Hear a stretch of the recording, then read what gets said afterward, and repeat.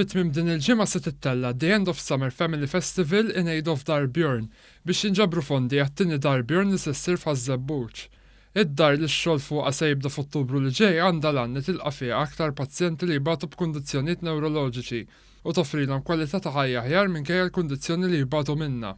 F'konferenza tal-aħbarijiet fil-bajja sabiħa ta' Birzebbuġa, il-preżentatur popolari Daniel Kirkop li qiegħed jorganizza dan l-avveniment flimkien mad-DJ Joseph Armani qal li fl-attività se jieħdu sehem bosta artisti lokali kif ukoll diversi tribute acts ta' artisti famużi bħall Spice Girls, il-U2 u Kylie Minogue.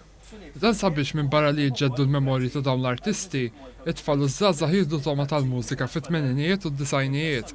Ħaġibhom hawnhekk u ħajkun jistgħu jaraw li ma' mużika konna nħobbu tant aħna. Hemm minnhom milli jafu minn huma, hemm oħrajn bil-kemm semgħu bihom. Allura naħseb ħad tkun event sabiħa ta' mużika barra talent lokali, barra tributes li ħajinġiebu. Id-dħul għall-attività huwa b'xejn, iżda n-nies huma mħeġġa jkunu ġenerużi u jagħtu donazzjoni biex Darbjorn f'Ħażebbuġ tkun ikbar u aqwa minn dik li hemm f'Ħallqormi. Marija Formosa Mart Bjorn qalet li fil-ġimgħat li ġejjin se jibda x-xogħol fuq it-tieni Darbjorn. Ħolma oħra ta' żewġa li ma setax jattendi għal din l-attività minħabba li nsab rikoverat l-isptar kawża tal-kundizzjoni li jbati minnha. Id-donazzjonijiet li ħajtħlu minn din l-attività ħajmorru għal Darbjorn it-tieni waħda kif diġà għedna bħalissa konna qed nippreparaw biex jibdew x-xogħlijiet fuq Darbjorn 2. Il-flejes huma kbar, allura kull donazzjoni hija għajnuna kbira lina.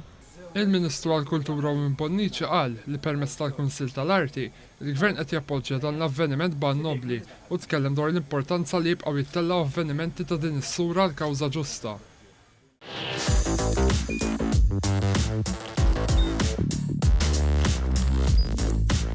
Idħol fuq one.com.mt u hemmhekk tista' tara l-programmi kollha li jxandru fuq One permezz ta' One Play.